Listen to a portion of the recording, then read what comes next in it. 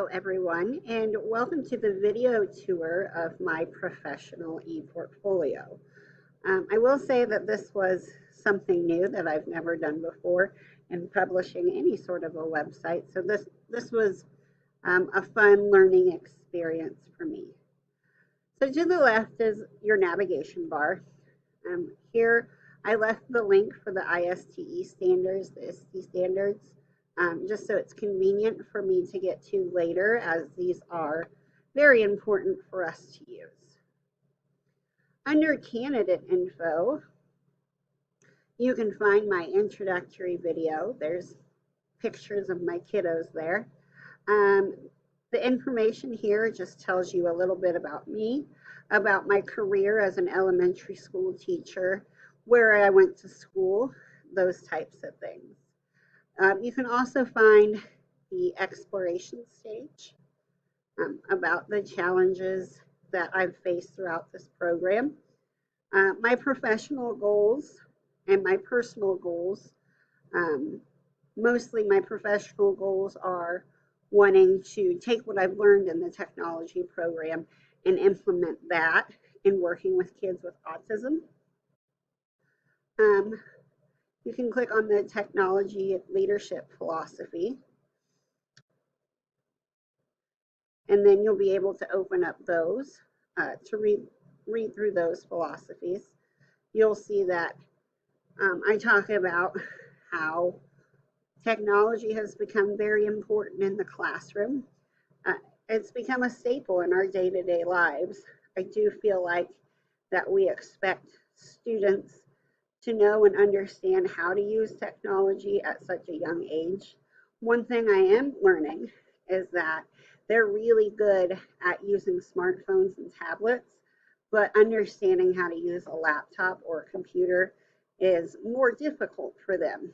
I believe that it's really important that we get those technology classes back into the classroom in a grade school setting so that they have those skills, so that they can effectively use technology in their future, as opposed to us just expecting for them to know how to do it once they hit junior high and high school. And then you'll also find my leadership philosophy.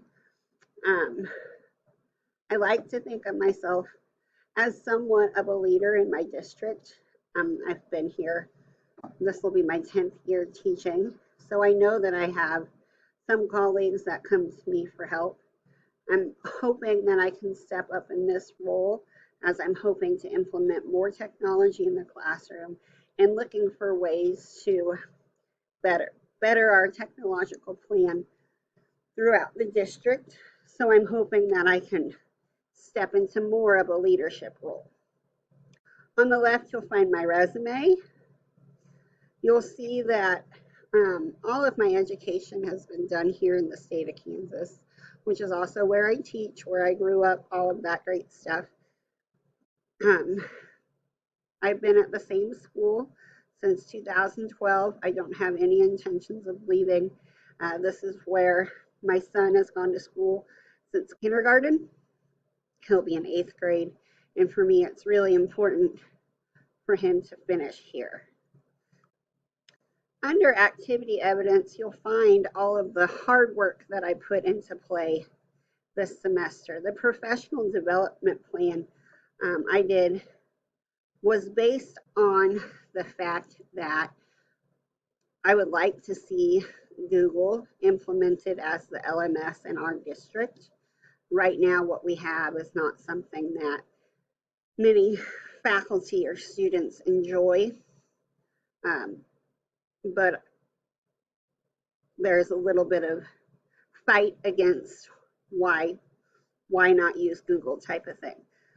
So what I have developed is a plan that hopefully I can take to the superintendent and the school board and say, here are the pros of having Google used as the LMS, why I think it would be better for the district, ways that I will be able to help implement this goal of using Google in the classroom, just so that I can show my support and those sorts of things. My biggest reason for one in Google is I truly believe that it will help the students be prepared for their futures.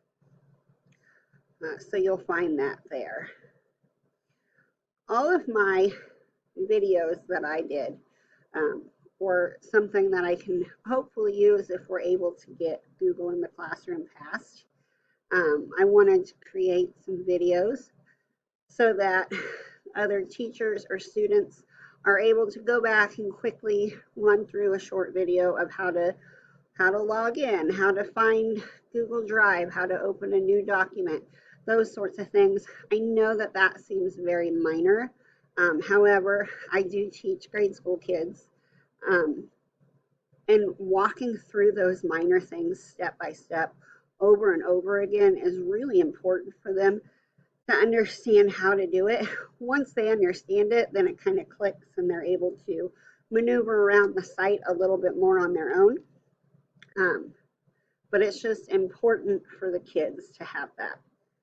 So you'll see I talk about just logging on to get to your Google Drive. Logging on is usually a time-consuming task in a grade school classroom. So hopefully having the video makes it not quite so bad.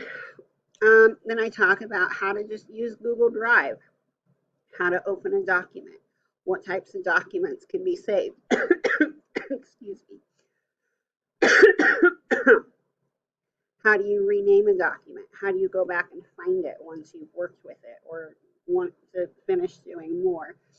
And then I also wanted to show what students can expect to see whenever they're on Google Classroom. I wasn't able to create a teacher's account because you have to have a school account to create that, and that's not something our district has yet.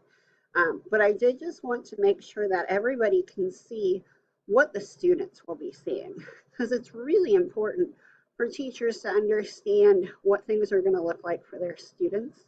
That way they can set the class up accordingly. And my professional presentations go along with all of that. Not everybody likes to sit down and watch a video to figure out how to do something. I happen to be one of those people. I would prefer to have something to read to go through. So that's what these presentations are. You'll find my article summaries. I tried to keep my articles about Google in the classroom, technology in the classroom, how important it is for the students. So for my extra resources, this is again something that I can use to help persuade to get Google into the classroom. I chose resources that easily embed into Google so that it's easy for teachers to create assignments to help integrate technology and those sorts of things in their classroom. I also talked about SumDog, which is a math game that the kids are able to get on and play. I use it as a tool to help support with what they've learned in math. It's not something I would use to help teach math.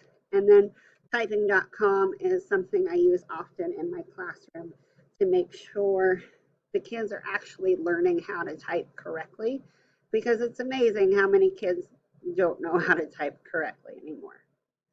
And then for reports, you'll find the review forms, and then for my reflection, you'll find my transference reflection here. So that's all that I have implemented into my website. Thank you so much.